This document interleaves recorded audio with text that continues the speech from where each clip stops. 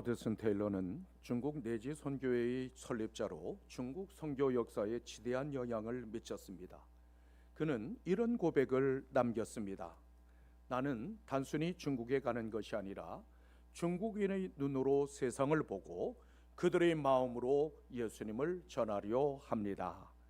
그의 삶은 단순히 한 선교사의 발자취가 아니라 눈물의 길에서 하나님을 만난 한 사람의 이야기였습니다. 당시 중국은 선교의 땅이자 동시에 위험한 땅으로 여겨졌지만 도시 대신 고통받는 사람들 속으로 향했습니다. 그는 날마다 하나님 앞에 무릎 꿇고 중국 땅과 그 백성의 영혼을 위해 기도했습니다.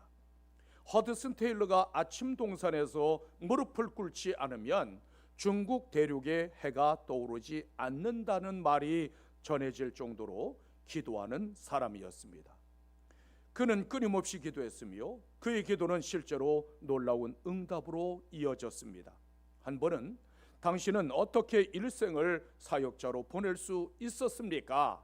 그리고 행복의 비결은 무엇입니까? 라는 질문을 받았습니다. 그는 이렇게 대답했다고 합니다. 제 헌신과 행복의 비결은 하루를 어떻게 시작하느냐에 달려 있습니다. 연주자는 음악회가 시작되기 전 악기를 조율합니다. 음악회가 끝난 뒤 조율한다면 어리석은 사람이겠지요. 저는 아침에 일어나면 하나님의 뜻과 맞추는 일부터 시작합니다. 그의 기도는 하나님의 뜻에 나의 뜻을 일치시키는 시간이었습니다. 어려움을 만났을 때 도움을 구하는 방법에는 두 가지가 있습니다. 하나는 가능한 한 모든 방법을 다 찾아본 후에 마지막으로 하나님을 찾는 방법입니다. 그리고 다른 하나는 처음부터 하나님을 찾는 방법입니다. 시편 55편 22절에서는 이렇게 말씀하고 있습니다. 내 짐을 여호와께 맡기라. 그가 너를 붙드시고 의인의 요동함을 영원히 허락하지 아니하시리로다. 내 인생의 모든 짐을 하나님께 전적으로 맡기면 어려움과 곤고함을 벗겨주시고 내 걸음을 인도해 주십니다. 그러므로 근심과 염려가 다가오거든 골방문을 열고 들어가 하나님께 맡기십시오. 짐을 벗어 내 인생의 주인이신 하나님께 던짐으로 인도하심을 받을 수 있는 여러분들이 되시기를 주님의 이름으로 축원합니다. 하나님의 자녀들이 기도해야 하는 이유는 무엇일까요? 혹시 들어주실는지 모른다고 하는 막연한 기대 때문일까요? 아니면 누군가에게 보여주거나 과시하기 위해서일까요? 기도는 성도들에게 주신 특권인 동시에 축복이기 때문입니다. 마태복음 7장 7절에서는 이렇게 말씀하고 있습니다. 구하라 그리하면 너희에게 주실 것이요 찾으라 그리하면 찾아낼 것이요 문을 두드리라 그리하면 너희에게 열릴 것이니라. 우리의 신앙생활은 기도 생활이라고 해도 과언이 아닙니다. 왜냐하면 기도 없는 신앙생활이란 존재할 수 없기 때문입니다. 기도야말로 신앙생활을 이어가고 하나님의 은혜를 경험하게 하며 하나님의 일을 이루어가는 생명줄입니다. 이러한 의미에서 기도의 수준은 곧 그 사람의 신앙 수준입니다. 어떻게 기도하느냐, 어떤 자세와 어떤 내용으로 기도하느냐, 기도 응답에 대한 확신을 가지고 있느냐 없느냐, 기도의 응답의 기쁨을 누리고 살아가고 있느냐에 따라서 그 사람의 신앙 수준이 결정됩니다. 우리가 하나님의 주권과 사랑을 믿고 쓸 것과 필요한 것을 간절하게 구하면 반드시 응답하시는 하나님이십니다. 우리 신앙생활에 있어서 기도는 마치 숨을 쉬는 것과 같습니다. 깨어있을 때나 잠을 잘 때도 숨을 쉬어야 하는 것처럼 성도들은 어떤 경우에도 기도하기를 쉬지 말아야 합니다. 사무엘상 12장 23절에서는 이렇게 말씀하고 있습니다. 나는 너희를 위하여 기도하기를 쉬는 죄를 여호와 앞에 결단코 범하지 아니하리라. 사무엘은 기도하기를 쉬는 것은 죄라고 규정하고 있습니다. 우리는 피로에 따라서 기도하면 그저 좋고 하지 않아도 그 말이라고 생각하기 때문에 기도하지 않아도 아무런 죄책감을 느끼지 않습니다. 그런데 성경은 기도하지 않는 것은 죄라고 분명하게 규정하고 있습니다. 그렇다면 왜 기도하지 않는 것이 죄가 될까요? 그 이유는 하나님 없어도 된다는 교만과 쉬지 말고 기도하라는 명령에 불순종이기 때문입니다. 기도는 전능하신 하나님 앞에 나아가 하나님의 영광을 송축하고 겸손하게 그분의 도우심을 구하는 행위입니다. 그런데 하나님 없이도 얼마든지 잘 살 수 있고 내 힘과 내 능력만으로도 모든 문제를 해결할 수 있다는 교만이 기도를 쉬게 만듭니다. 많은 사람들이 바쁜데 어떻게 기도에만 매달릴 수 있느냐고 묻습니다. 물론 기도하기를 쉬지 말라는 것은 모든 일상을 다 접어두고 기도만 하라는 뜻이 아닙니다. 하나님과 항상 교통하는 삶을 살아가라는 뜻입니다. 따라서 성도들은 아무리 바쁘고 아무리 시간이 없어도 하나님과 교통하는 시간을 소홀하게 여기지 말아야 합니다. 사무엘은 이스라엘의 사사요 동시에 선지자였으며 제사장이었기 때문에 그보다 바쁜 사람이 없었습니다. 그럼에도 불구하고 기도를 통해 늘 하나님과 교통했을 뿐만 아니라 백성들을 위해서 간구했습니다. 응답과 은총의 문은 기도의 열쇠를 통해서 열려집니다. 그러므로 어떤 형편이나 어떤 상황에서든지 골방문을 열고 들어갈 수 있는 여러분들이 되시기를 주님의 이름으로 축원합니다. 왜 하나님의 자녀들은 골방문을 열어야 할까요? 그곳에서 은밀하게 나를 기다리는 분이 계시기 때문입니다. 골방은 세상 모든 것과 단절하고 오직 하나님과 은밀하게 교통할 수 있는 공간을 의미합니다. 따라서 골방에 들어간다는 것은 철저히 자기를 부인하고 하나님 앞에 나아가는 것을 의미합니다. 나는 죽고 내 안에 그리스도께서 사시는 것이 골방문을 여는 사람들의 모습입니다. 우리의 이 심령, 우리의 마음은 온전히 하나님 앞에 드릴 수 있는 골방입니다. 번잡하고 산만하면 온전한 마음을 드리기 어렵습니다. 따라서 골방은 하나님께서 자녀들과 만나는 은총의 자리입니다. 스바냐 3장 17절에서는 이렇게 말씀하고 있습니다. 너희 하나님 여호와가 너희 가운데 계시니 그는 구원을 베푸실 전능자이시라. 그가 너로 말미암아 기쁨을 이기지 못하시며 너를 잠잠히 사랑하시며 너로 말미암아 즐거이 부르며 기뻐하시리라.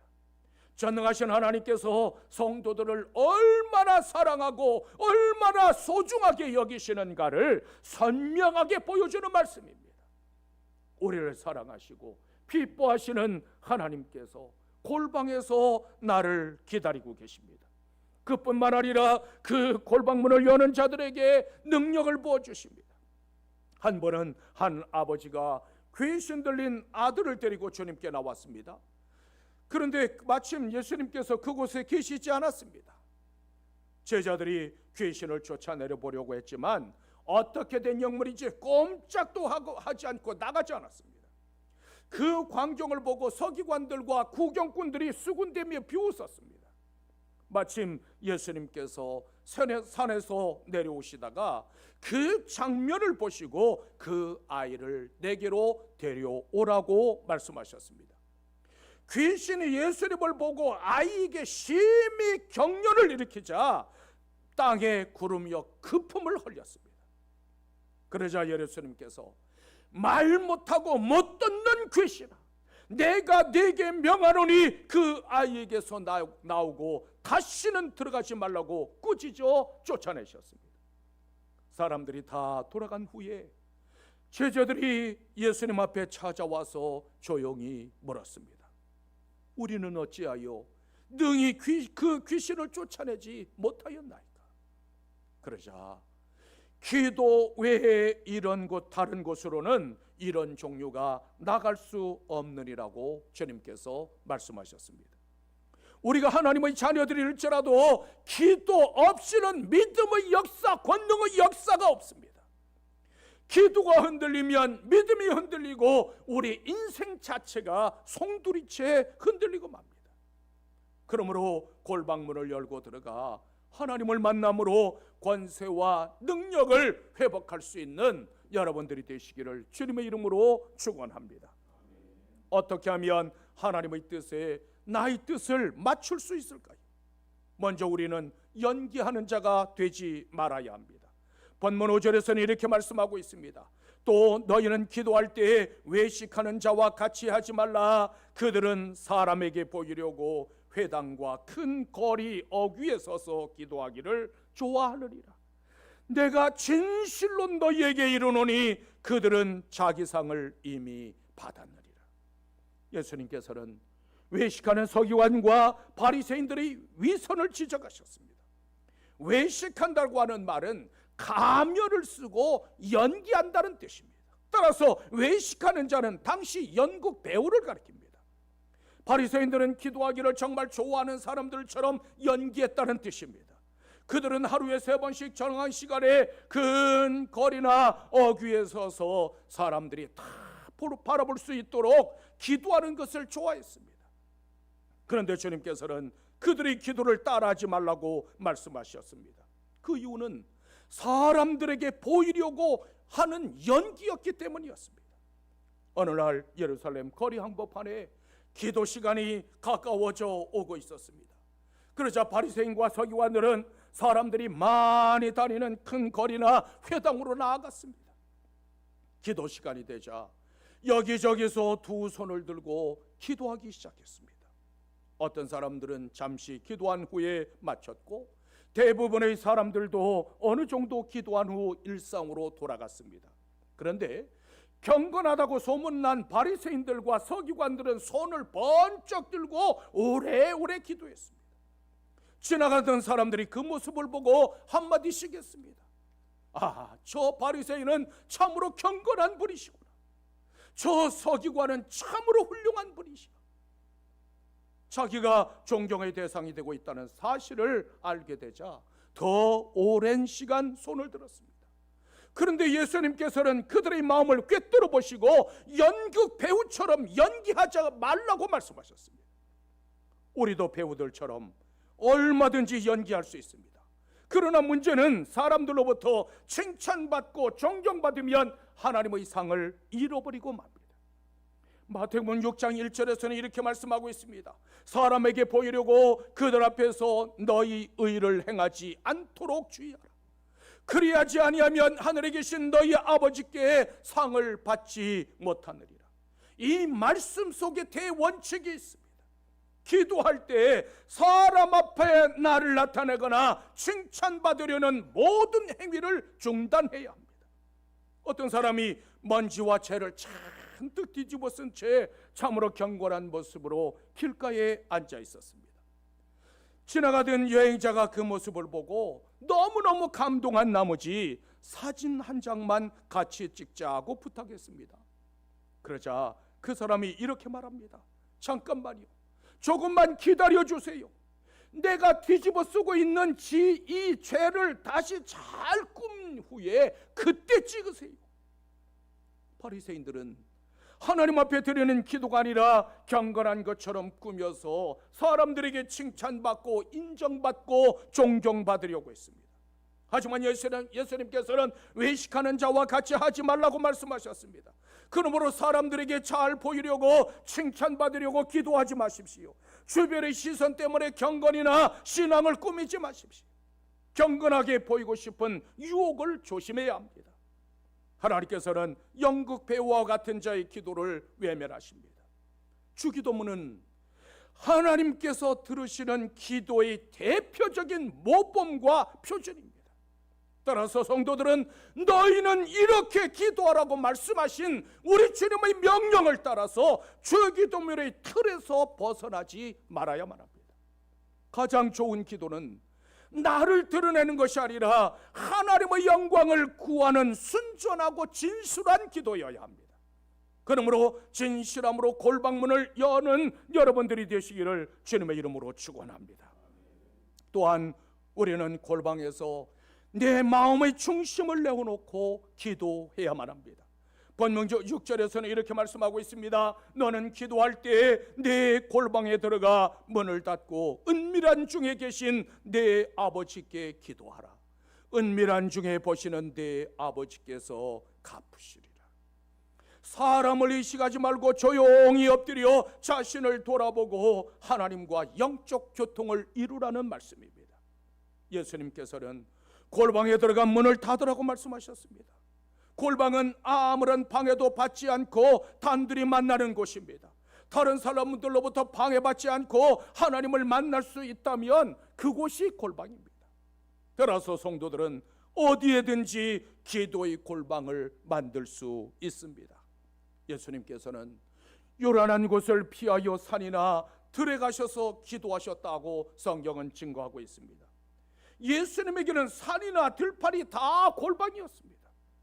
다니엘은 어인이 찍힌 것을 알고도 예루살렘으로 향한 창문을 열고 전에 하던 대로 하루 3번씩 무릎을 꿇고 기도했습니다. 다니엘에게는 그것이 바로 기도의 골방이었습니다. 이처럼 방해받지 않고 마음과 마음을 열고 대화를 할 수 있는 곳이라면 그곳이 바로 골방입니다. 그런데 골방에 들어가서 문을 닫으라고 하신 말씀은 남에게 보이고 싶은 유혹을 끊어내라는 말씀입니다. 따라서 사람에게 감동을 주고 나 자신을 드러내는 기도가 아니라 중심을 하나님 앞에 내어놓고 하나님 아버지와 교통하라는 말씀입니다. 아무리 훌륭한 기도를 할지라도 대상이 잘못되면 소용이 없습니다. 기도의 대상은 오직 은밀한 중에 계시는 하나님 아버지십니다. 은밀하다는 말은 보이지 않게 하다, 알지 못하게 하다는 뜻입니다. 따라서 은밀한 기도는 내 자신을 과시하거나 드러내는 것이 아니라 오직 하나님 앞에 마음의 중심을 내어놓는 기도를 의미합니다. 그 기도를 은밀한 중에 보시는 내 하나님께서 갚으신다고 말씀하고 있습니다. 갚으신다는 말은 보상으로 지급되는 상급을 의미합니다. 사무엘상 1장에는 골방문을 열고 들어가 기도함으로 응답받은 한나의 이야기가 있습니다. 엘가나는 매년 실로에 있는 회막으로 올라가 하나님 앞에 예배하며 제사드리는 신실한 사람이었습니다. 어느 해에 한나는 그 회막에 나아가 마음이 괴로워서 여호와께 기도하고 통곡했습니다. 그 이유는 자식이 없는 아픔과 슬픔 때문이었습니다. 만군의 여호와여, 만일 주의 여종의 고통을 돌보시고 기억하사 아들을 주시면 내가 그의 평생에 그를 여호와께 드리고 삭도를 그의 머리에 대지 않겠나이다.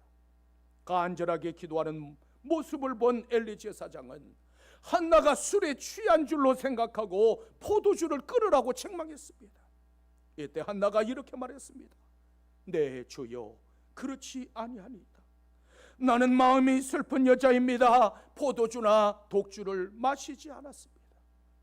하나님께 나의 안타까운 사정을 아뢰는 것뿐이오니 저를 악한 여자로 여기지 마옵소서. 내가 지금까지 말한 것은 나의 원통함과 격분됨이 많기 때문입니다. 이처럼 하나님 앞에서는 숨김없이 내 마음을 다 내어놓을 수 있어야 합니다. 그때 하나님께서 엘리 제사장을 통해서 응답하셨습니다. 평안히 가라, 이스라엘의 하나님이 내가 기도하여 구한 것을 허락하시기를 원하노라.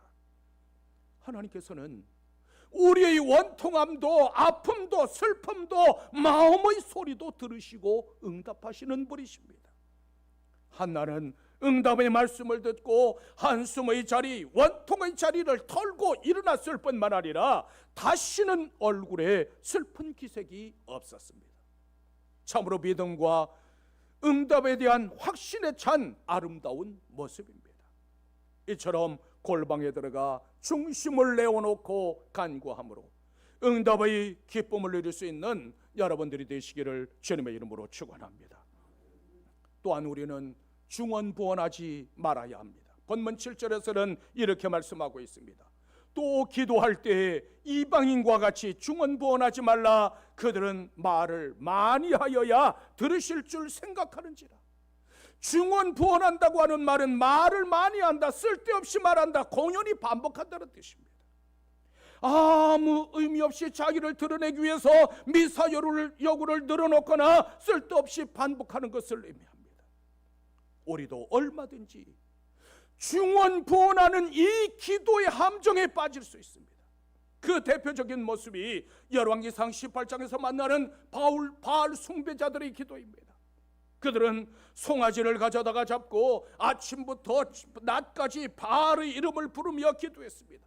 종일토록 바알이여 우리에게 응답하소서, 우리에게 응답하소서 외쳤습니다.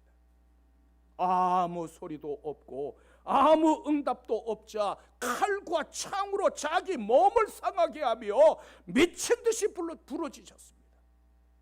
바알과 아세라 제사장들의 종교적인 열심을 보면 참으로 열정적이고 간절했습니다. 피투성이가 되기까지 처참했지만 그러나 그들의 신은 응답하지 못했습니다. 왜냐하면 그들이 믿는 이방신과 그들이 만든 우상은 아무런 능력이 없는 험악한 피조물이기 때문입니다.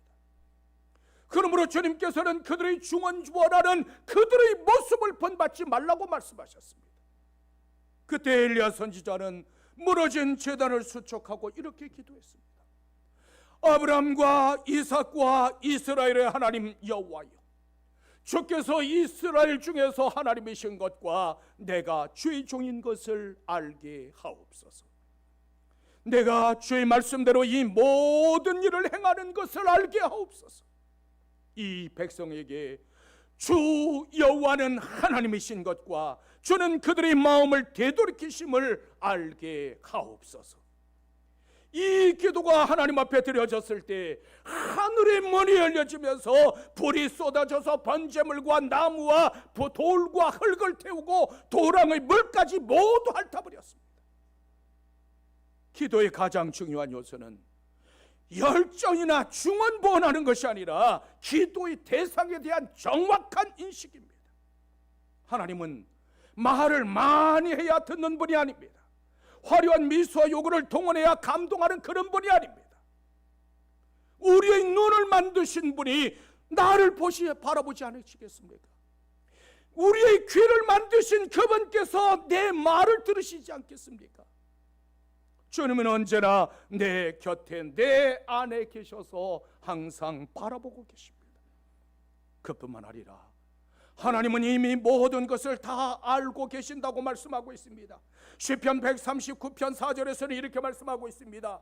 여호와여, 내 혀의 말을 알지 못하시는 것이 하나도 없으십니다. 하나님께서는 우리 입의 말뿐만 아니라 마음의 언의까지도 다 아시는 분이시라는 말씀입니다.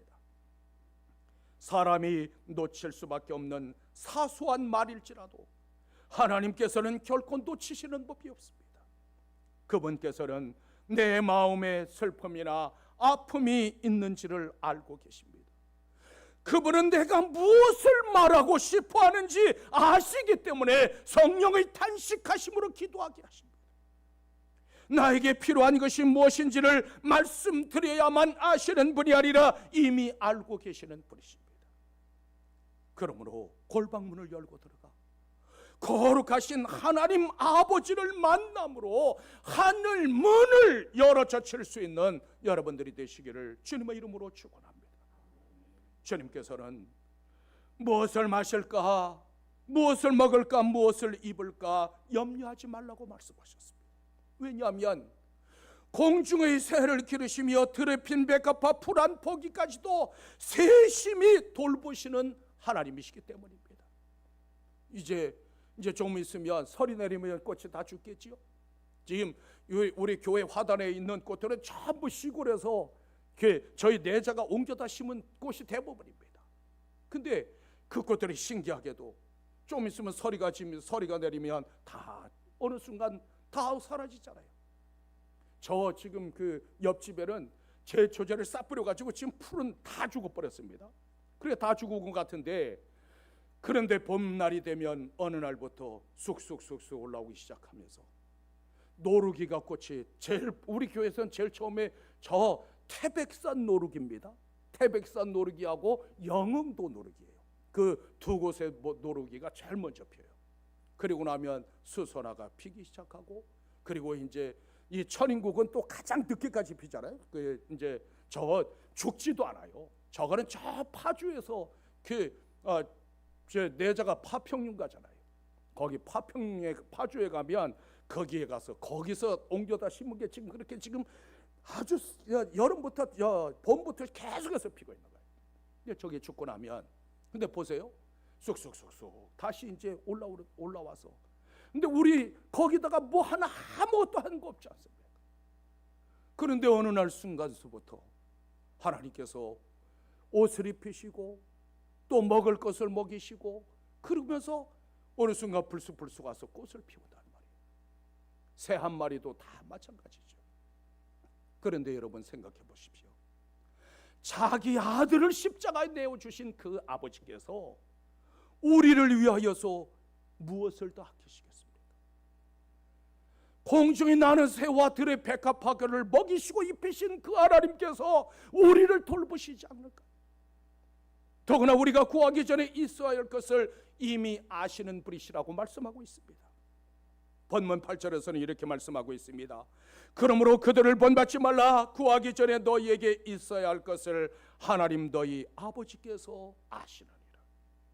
하나님은 우리가 꼭 구해야만 주시는 분이 아니라 이미 모든 필요를 아시는 분이시라는 말씀입니다. 천지 만물을 지으시고 모든 역사를 주관하시는 하나님께서 모르시는 것이 어찌 있을 수 있겠습니까? 하물며 택한 자들의 간절한 간구를 어찌 모르실 수 있겠습니까? 천지 만물을 지으신 전능하신 하나님, 그분이 바로 우리의 아버지십니다.